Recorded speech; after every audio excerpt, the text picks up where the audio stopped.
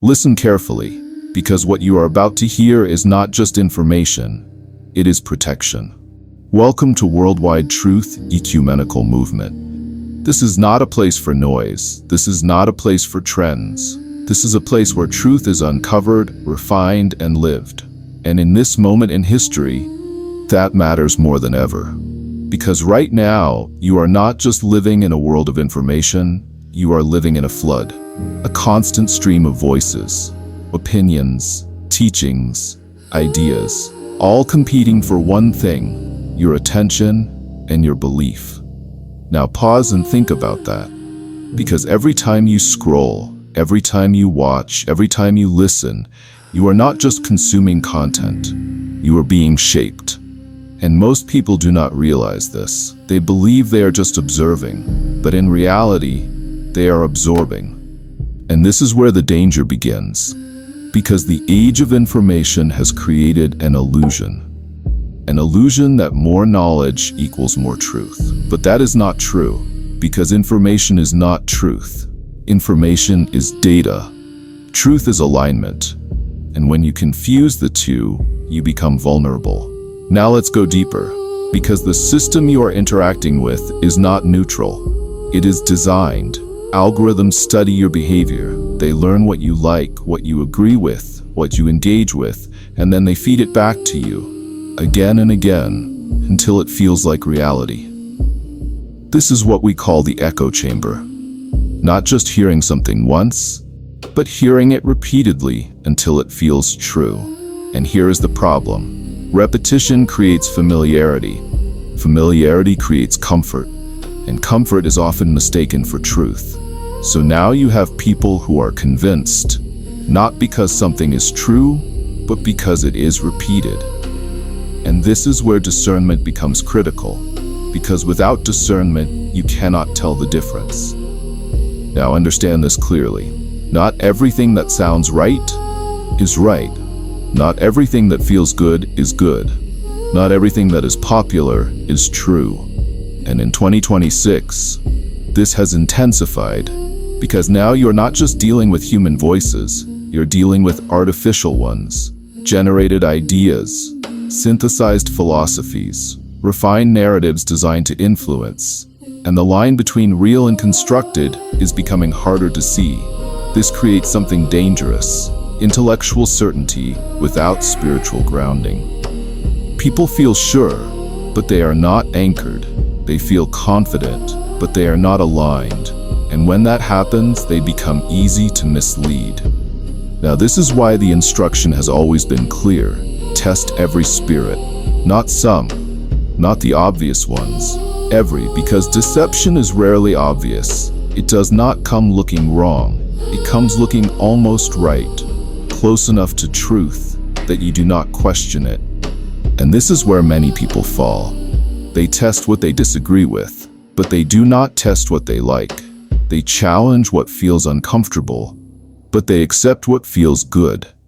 And that is a mistake, because truth is not determined by preference. Truth is determined by alignment. Now let's go deeper into what discernment actually is. Because many people think discernment is intellectual. They think it is about analyzing information, comparing ideas, evaluating logic. But true discernment goes beyond the mind. It is not just thinking, it is sensing. It is recognizing a frequency, a consistency, a clarity that does not fluctuate. Because truth does not change, it does not adjust to trends, it does not evolve with opinion, it remains. So when something is true, it carries stability, it carries coherence, it carries alignment. But when something is false, it may sound convincing, but it lacks foundation. It shifts, it contradicts, it creates confusion. And this is the key. Truth brings clarity, distortion brings confusion. So if something leaves you overthinking, uncertain, divided internally, that is a signal. Not necessarily that everything is wrong, but that something is not aligned. Now this brings us to the protocol, because testing every spirit requires structure. It is not random, it is intentional. The first step is observation. Before you accept anything, you pause, you listen. You do not rush to agreement. You do not rush to rejection. You observe. The second step is comparison. Not with opinions, but with truth, with what is consistent, with what is foundational, because truth does not contradict itself. The third step is internal alignment. You ask, does this produce clarity? Does this strengthen truth, or does this create confusion? Because what enters your mind will eventually shape your life. Now here is where it becomes deeper. Because testing external voices is only part of the process. You must also test internal ones. Because not every thought you have is true. Some thoughts are conditioned, repeated, inherited. And if you do not question them, you will live from them. So discernment is not just outward, it is inward. You begin to observe your own thinking. You begin to recognize patterns. You begin to separate what is true from what has been programmed. And this leads to the next shift, identity. Because without a stable identity, discernment becomes difficult. If you do not know who you are, you will look for identity in information. You will adopt ideas instead of evaluating them. You will follow voices instead of testing them. But when your identity is anchored, everything changes. You are no longer searching, you are filtering. You are no longer absorbing everything. You are selecting intentionally. And this is where stability begins. Because now, the external noise does not control you. You remain grounded, clear, aligned. Now let's address something practical. Because in a world full of noise, silence becomes necessary. If you are constantly consuming, you lose sensitivity. Your ability to discern weakens. So you must create space, moments where there is no input, no scrolling, no noise, just stillness. Because in stillness, clarity returns, your perception sharpens, your awareness deepens, and what was previously hidden becomes visible. This is not optional, this is necessary, because without it, you will be overwhelmed. Now combine that with something else, consistency and truth. Not occasional exposure, not random engagement, but daily grounding. Because what you consistently engage with shapes your thinking, and your thinking shapes your reality.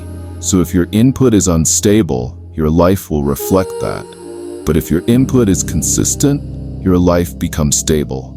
Now imagine living like this, where every voice is filtered.